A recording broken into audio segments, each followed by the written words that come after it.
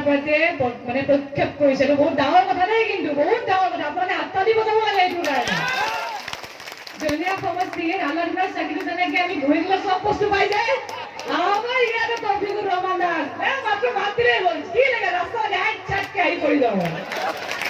গতিকে আপোনালোকে বহুত সৌভাগ্যৱান যে এগৰাকী সাংস্কৃতিক কৰ্মী কৈছে, আৰু সাংস্কৃতিক কৰ্মীবিলাকৰ মনটো বহুত ডাঙৰ, পইচাত আহি যাব। গতিকে উন্নয়নৰ পক্ষত আপোনালোকে থিয় হওক। আৰু এইটো একেবাৰে চিৰা কথা, আপোনালোকে জানক কেন্দ্ৰত বিজেপি আছে, ৰাজ্যত বিজেপি আছে, হয় নাই কওক? ইয়াত যদি বেলেগ কোনোবা এজন আহে উন্নয়ন হ'ব নেকি? ইয়াতে যিবিলাক আমাৰ চৰকাৰে প্ৰেৰণ কৰিব তেওঁলোকে বিভিন্ন ধৰণৰ অজুহাত দেখাই পঠিয়াব যে বিজেপি চৰকাৰে এনেকে ধৰণে কৈ থাকিব। সেইকাৰণে সকলোকে কৈছো যে আপোনালোক সকলোৱে একদম। আৰু এটা কথা কৈ দিওঁ, এই যে উপ নিৰ্বাচনটো হৈছে, এই উপ নিৰ্বাচনত যিগৰাকী প্ৰতিনিধি আমাৰ জয়ী হ'ব, যিগৰাকী বিধায়ক হ'ব, কিমান বছৰ পাব? তেওঁ 1.5 বছৰ পাব। আপোনালোকক একেবাৰে চিধাচিধিকে কৈছো, এই 1.5 বছৰ আপোনালোকে এই তৌফিকুৰ ৰহমান দাসে জিকাই পেলাই আপোনালোকে 1.5 বছৰ আপোনালোকে চাই লওক, হয় নাই কওক? এটা সুযোগ পাব লাগে নালাগে? বিজেপি জনীয়া সমষ্টিৰ ৰাইজে এটা সুযোগ দিয়কচোন তৌফিকুৰ দাস, এটা সুযোগ বিজেপিক দিয়ক। এটা আপোনালোকে চাওক ভাল কৰে নে বেয়া কৰে। যদি বেয়া কৰে তেতিয়াহ'লে কাৰণ এইবিলাক ক্ষমতা আছে, আজি আছে কালি নাই, হয় নাই? ভোটৰ আপোনালোকে আমাৰ নিজৰ প্ৰত্যেকৰে ক্ষমতা আছে, মই ভোট দিব পাৰো নিদিব পাৰো, এইটো মোৰ নিজস্ব কথা। গতিকে 1.5 বছৰ আপোনালোকে আমাৰ তৌফিকুৰ দাসক আপোনালোকে দি চাওক। মোৰ বিশ্বাস আছে, কাৰণ মই যেনেকে তাত বোৱাৰী হৈ পেলাই তাতে সাংস্কৃতিক মন্ত্ৰালয় এটা খোলা মন লৈ কাম কৰিছো, ইফালৰ পৰা ইফালে নিশ্চয় আমাৰ তৌফিকুৰ দাসে বিভিন্ন প্ৰান্তত, অসমৰ বিভিন্ন প্ৰান্তত ঘূৰিছে, মানুহৰ দুখ দুৰ্দশা বুজি পায়। গতিকে তৌফিকুৰ দাস ইয়াতে হিয়া উজাৰি আপোনালোকক কাম কৰিব। আৰু আজি প্ৰথমবাৰ তেওঁৰ কথা মই শুনিছো, ইয়াতে মনৰ কথা শুনিছো, মই খুব ভাল পাইছো। তাক যিখিনি কথা কৈছে অন্তৰ খুলি কৈছে। আৰু আপোনালোকৰ আটাইতকৈ এটা ভাল মানে এটা দিশ মই ভাবো যে আমাৰ ইয়াতে লোকেলি আমাৰ কোন আছে, ৰঞ্জিত দাস ডাঙৰীয়া যে আছে আপোনালোকক দিহা পৰামৰ্শৰ গাইড কৰিবৰ কাৰণে। গতিকে আপোনালোকৰ চিন্তাই নাই কোনো কাৰণ। গতিকে আপোনালোকক সোণৰ ৰথত উঠাবৰ কাৰণে আমি ৰখি আছো। এতিয়া উঠে নে নুঠে এইটো আপোনালোকৰ কথা। উঠিব নে নুঠে সোণৰ ৰথত? উঠিব নে নুঠে? গতিকে মই সকলোকে কৈছো, আৰু ADF কংগ্ৰেছ এইবিলাক আজিৰ ডেটত কোনো অৰ্থহীন, সেইবিলাকক আপোনালোকে যাব নালাগে। মই একদম চিধাচিধি কৈছো, আল্লাদিনৰ চাকিক আপোনালোকে ৰাখক। এইবিলাক ভঙা, এইবিলাক গাড়ী চাড়ী এইবিলাক ৰাখিব নালাগে, হৈ গ'ল ইহঁতৰ দিন। গতিকে সকলোকে মই বিনম্ৰভাৱে অনুৰোধ জনাইছো। আৰু মই নিজেও যিহেতু সংখ্যালঘু এলেকাত থাকো, আমাৰ কি হয় মিটিঙত ঠিকেই থাকে, ভোটটো যেতিয়া দেখিব যায় পদুমটো দেখিলে চক খাই গুচি আহে।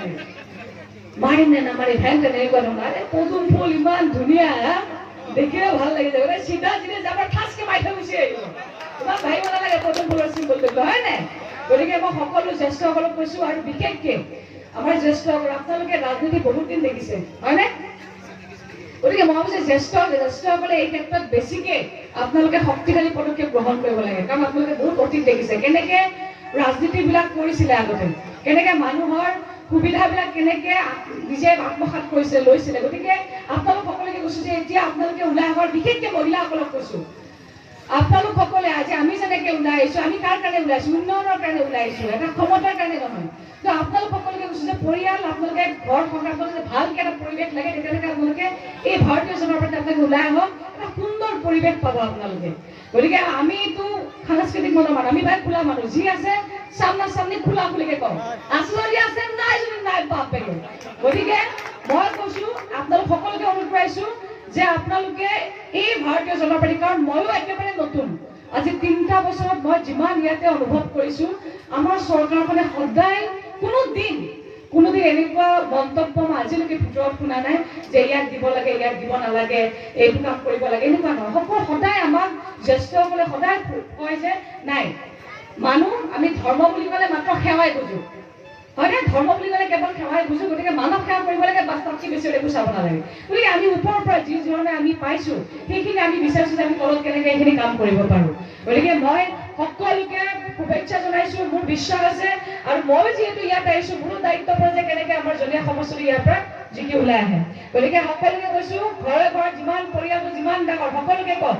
আৰু কোনোবাই যদি, মই এইটো কথা কৈছো, কোনোবাই যদি ভাবি আছে যে বিজেপি ভোট দিলে মানে ভয় ভাগ কৰি পেলাই ভোট দিয়া নাই, তেতিয়াহ'লে তেনেকুৱা মানুহে আৰু 20-25 বছৰলৈকে ভয় খাই থাকিব লাগিব। কাৰণ কেন্দ্ৰত আৰু বিজেপি চৰকাৰে থাকিব। গতিকে ভয়ত থাকিবৰ মন আছে নে খোলাকে আহি কাম কৰিবলৈ মন আছে? খোলাকে তেতিয়ালৈকে আমি উন্নয়নটো আমি ৰাখিব পাৰিব লাগে, হয় নাই? গতিকে ভয় ভাবি থকাতকে আমি সকলোৱে মিলিজুলি আহি বিজেপিক ছাপোৰ্ট কৰিব লাগে, ভোট দিব লাগে আৰু উন্নয়নৰ হৈ থিয় হৈ দিব লাগে।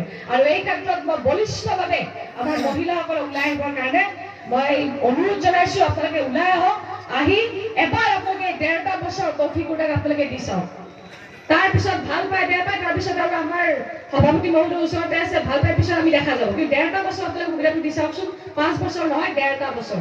গতিকে মই সকলোকে শুভেচ্ছা জনাই, আৰু যিহেতু আৰু এখন তাত সভা আছে, গতিকে সকলোকে মই বিনম্ৰতাৰে অনুৰোধ জনাইছো যে পদুমৰ চিনত বেলেগ একো চাব নালাগে, পদুমৰ চিনত গৈ ভোটটো মাৰি থৈ গুচি আহি তৌফিক উৰ্ডাক জিকাই দিয়ক, আৰু সকলোকে যাতে উন্নয়নৰ এই যাত্ৰাত সকলোৱে সমভাগী হ'ব পাৰো, মই সকলোকে অনুৰোধ জনাই মই চব বক্তব্য খাবলৈ পাইছো।